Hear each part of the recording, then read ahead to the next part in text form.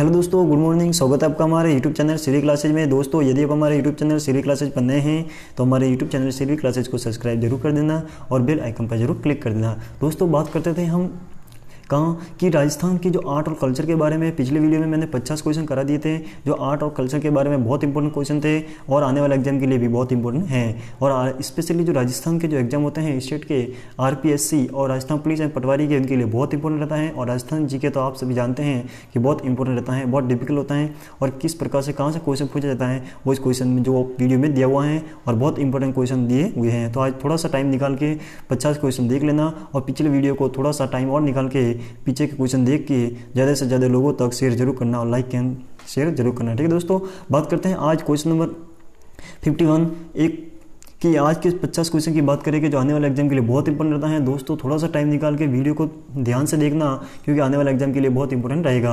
आपको मैं आशा करता हूँ कि इनमें से आपको जरूर से 3 से 4 क्वेश्चन जरूर मिलेंगे, आपको 7 से 8 नंबर के क्वेश्चन आपको मिलेंगे वहाँ से। ठीक है दोस्तों, बात करते हैं क्वेश्चन नंबर फर्स्ट की कि निम्नलिखित में से किस प्रकार की मृदा लिथोसोल्स भी कहलाती हैं। तो ऐसी कौन सी मृदा हैं जो लिथोसोल्स भी कहलाती हैं? तो वो जगह पर्वतीय जो मृदा होती हैं वो लिथोसोल्स कहलाती हैं। क्या कहलाती हैं? लिथोसोल्स। क्वेश्चन नंबर 52 की बात करते हैं कि सरसों उत्पादन में राजस्थान का भारत में कौन सा स्थान है। सरसों का जो उत्पादन होता है उसमें भारत का कौन सा स्थान हो जाएगा? तो सरसों उत्पादन में राजस्थान का जो स्थान हो जाएगा वो प्रथम स्थान है। ठीक है दोस्तों, तो सरसों उत्पादन में भारत में राजस्थान का स्थान हो जाएगा प्रथम। क्या हो जाएगा? प्रथम स्थान हो जाएगा राजस्थान में। ठीक है, क्वेश्चन नंबर 53 की बात करते हैं कि राजस्थान में सोयाबीन के प्रमुख उत्पादक जिले कौन से हैं। राजस्थान में सोयाबीन सबसे ज़्यादा कहाँ होती है? दोस्तों, राजस्थान में सोयाबीन सबसे ज़्यादा होती हैं कोटा और बारां में। कहाँ होती है? कोटा और बारां में सबसे ज़्यादा सोयाबीन होती है राजस्थान में। नेक्स्ट क्वेश्चन की बात करते हैं कि इनमें से किस जिले में चावल का सर्वाधिक उत्पादन होता है। तो चावल का सबसे सर्वाधिक उत्पादन होता है बूंदी में। बूंदी में सबसे ज़्यादा चावल का उत्पादन होता है। नेक्स्ट क्वेश्चन की बात करते हैं कि राजस्थान में निम्न में से कौन सी संस्था शीत भंडार गृह और मंडी यार्ड बनाने से संबंध है। तो हो जाएगा जो कृषि विपणन बोर्ड है वो सबसे ज़्यादा यार्ड हैं। ठीक है दोस्तों, बात करते हैं क्वेश्चन नंबर 56 की। राजस्थान में जालौर एवं बाड़मेर जिले में किस फसल के अग्रणी उत्पादक हैं। तो राजस्थान में जालौर और बाड़मेर जिला है वहाँ पर इसबगोल की जो फसल होती है वो बहुत अग्रणी उत्पादक हैं, जहाँ पर इसबगोल की ज़्यादा उत्पादक हैं। क्वेश्चन नंबर 57 की बात करते हैं स्थानांतरित कृषि को राजस्थान में किस नाम से जाना जाता है। जो स्थानांतरित जो कृषि होती है उसको राजस्थान में किस नाम से जाना जाता है। तो स्थानांतरित जो किस कृषि है वो वालरा के नाम से जाना जाता है। किससे जाना जाता है? वालरा के नाम से जाना जाता है। वालरा बहुत इंपॉर्टेंट क्वेश्चन है। नेक्स्ट क्वेश्चन की बात करते हैं दोस्तों कि राजस्थान में सेवन शब्द का किस से संबंध है। यानी जो राजस्थान में सेवन शब्द है वो संबंध किससे है? तो सेवन का संबंध हो जाएगा अपना घास। जो घास में राजस्थान में सेवन कहते हैं। क्या कहते हैं? सेवन। क्वेश्चन नंबर 59 की बात करते हैं कि राजस्थान में मावठ द्वारा होने वाली वर्षा किस फसल के लिए वरदान मानी गई है। तो दोस्तों, आप सभी जानते हैं कि मावठ की वर्षा को जो मावठ होता है तो मावठ किसे कहते हैं? जो शीत ऋतु में जो वर्षा होती है दोस्तों, शीत ऋतु में जो वर्षा होती है उसे मावठ कहते हैं। अब शीत ऋतु में सब कौन सी फसल बोई जाती है? गेहूँ होती है। तो जो गेहूं की फसल की जो वर्षा होती है यानी मावठ होता है उसे वरदान मानी जाती है। क्या कहता है? वरदान माना जाता है। तो मावठ हमेशा शीत ऋतु में होता है। शीत ऋतु में कौन सी फसल होती है? गेहूं होती है। आपको ऐसे याद रखना है। क्वेश्चन नंबर 60 की बात करते हैं कि राजस्थान में सरसों के सबसे बड़े उत्पादक हैं। तो राजस्थान में सरसों के सबसे बड़े उत्पादक क्या हो जाएगा? सरसों के राजस्थान में सबसे बड़े उत्पादक हो जाएगा श्री गंगानगर, अलवर और भरतपुर। 3 हो जाएगा, गंगानगर, अलवर और भरतपुर, जहाँ पर सबसे ज़्यादा सरसों के बड़े उत्पादक माने गए हैं। नेक्स्ट क्वेश्चन की बात करते हैं कि पिंक बाल वर्ग हाल ही में खबरों में था, ये निम्न में से किस फसल के लिए हानिकारक हैं। तो पिंक जो बाल वर्ग हैं हाल ही में खबरों में था, ये निम्न में से किस फसल के हानिकारक हैं।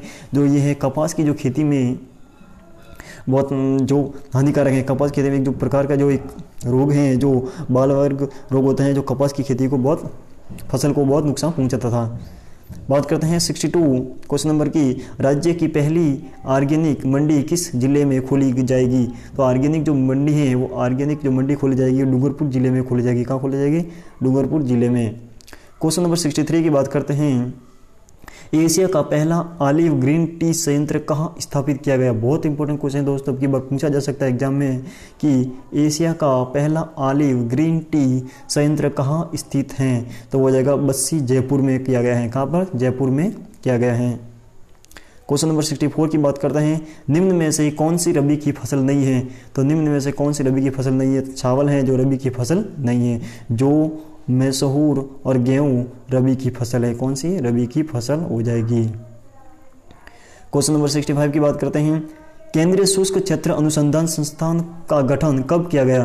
तो केंद्रीय शुष्क क्षेत्र अनुसंधान संस्थान का गठन, बहुत इंपॉर्टेंट क्वेश्चन है, किया गया था 1959 में किया गया था। कब किया गया था? 1959 में, 1959 में किया गया था। ठीक है दोस्तों, बहुत इंपॉर्टेंट क्वेश्चन है, आने वाले एग्जाम के लिए बहुत इंपॉर्टेंट है।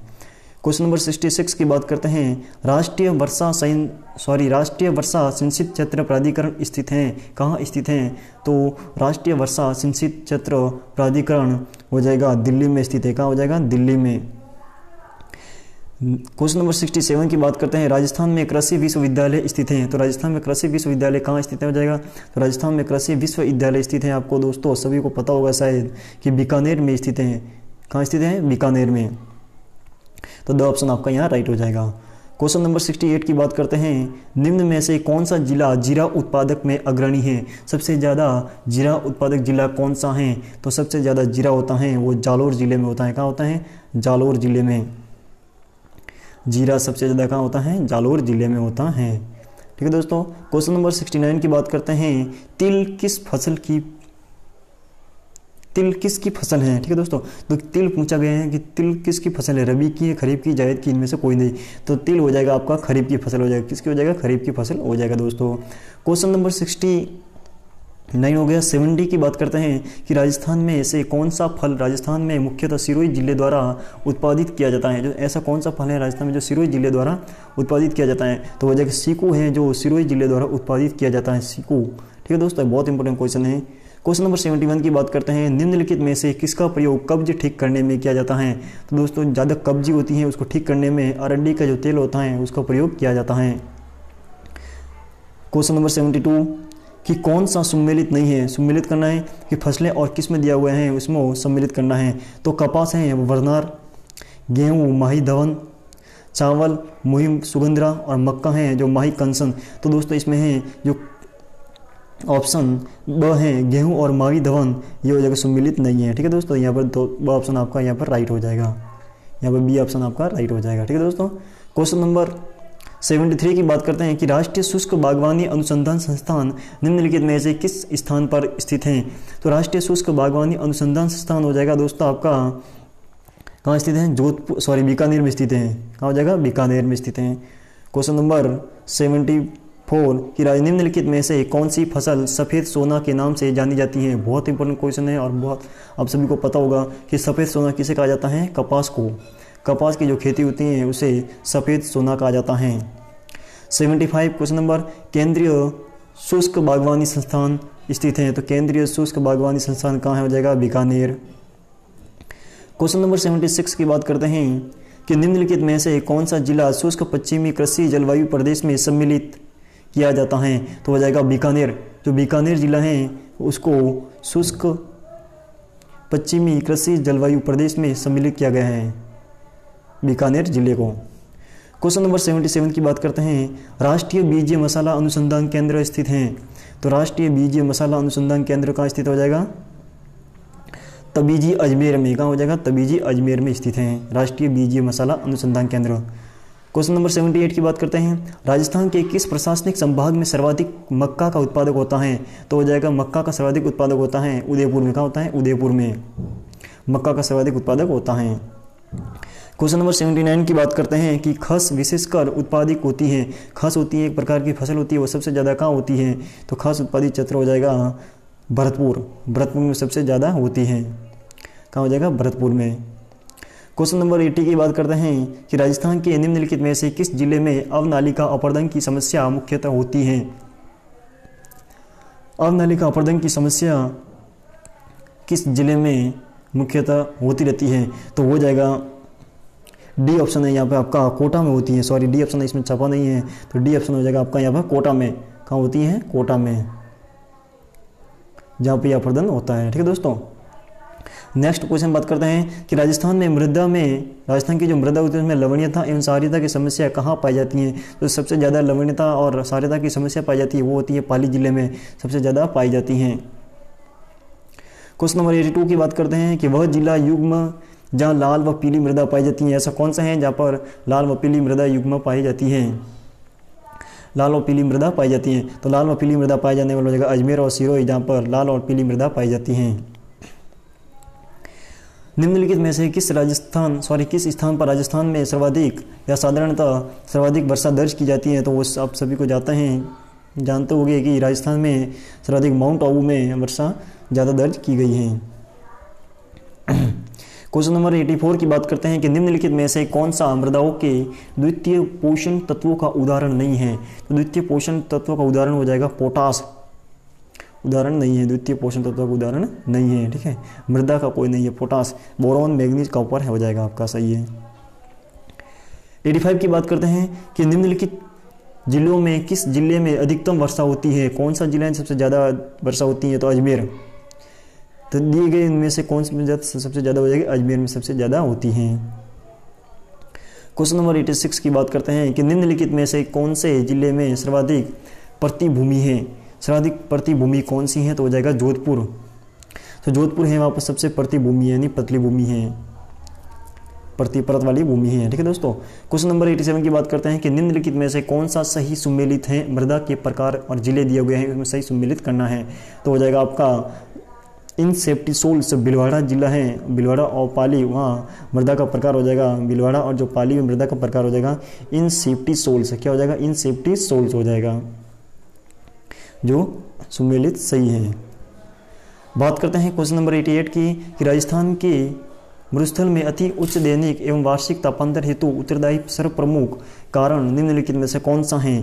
तो हो जाएगा आपका दोनों जगह राइट हो जाएगा इसमें कि मानसून ऋतु में उच्च आर्द्रता और वर्ष भर उच्च शुष्कता दशाएं, दोनों हो जाएगा यहाँ पर। तो आपका दो ऑप्शन हो जाएगा इसमें, दो ऑप्शन में और दोनों देना, तो और आपका राइट हो जाएगा। ठीक है। क्वेश्चन नंबर 89 की बात करते हैं कि निम्नलिखित में से राजस्थान का कौन सा जिला सर्वाधिक औसत वार्षिक वर्षा प्राप्त करता है? तो आप सभी जानते हैं कि हो गया प्रश्न रिपीट कि झालावाड़ है, सबसे ज़्यादा वर्षा होती है झालावाड़ जिले में। क्वेश्चन नंबर 90 की बात करते हैं कि मावठ की वर्षा द्वारा निम्नलिखित में से कौन सी फसल लाभान्वित होती है? तो वो भी आप जानते हैं कि वरदान या लाभान्वित होती है, तो हो जाएगा गेहूँ। अभी बताया था शीत ऋतु में होती है मावठ, जो गेहूँ की फसल के लिए वरदान मानी जाती है। क्वेश्चन नंबर 91 की बात करते हैं कि निम्नलिखित में से कौन सा राजस्थान की जलवायु को प्रभावित करने वाला आधारभूत तत्व है?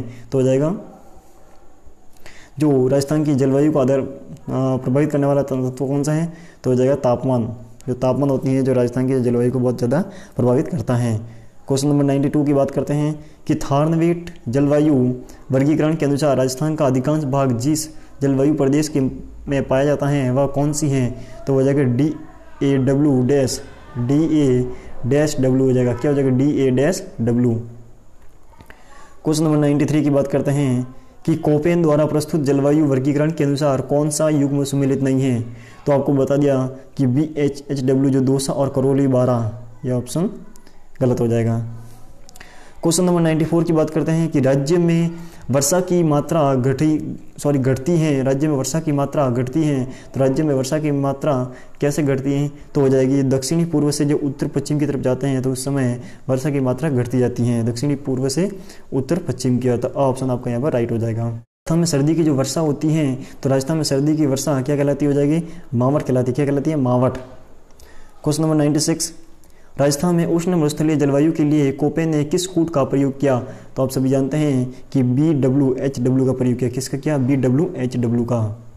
क्वेश्चन नंबर 97 कि मावठ वर्षा जिनसे होती है वह है, तो मावठ वर्षा किससे होती है? पश्चिमी विक्षोभ होता है, उस कारण मावठ वर्षा होती है। पश्चिमी विक्षोभ के कारण मावठ वर्षा होती है जो शीत ऋतु में होती है।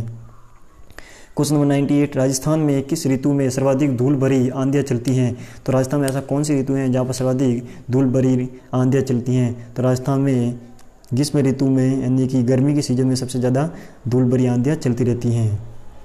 क्वेश्चन नंबर 99 की बात करते हैं कि राजस्थान में वर्षा के लिए निम्न में से कौन उत्तरदायी नहीं है? तो राजस्थान में जो वर्षा के लिए लौटता हुआ जो मानसून है वो उत्तरदायी नहीं रहता है। ठीक है दोस्तों।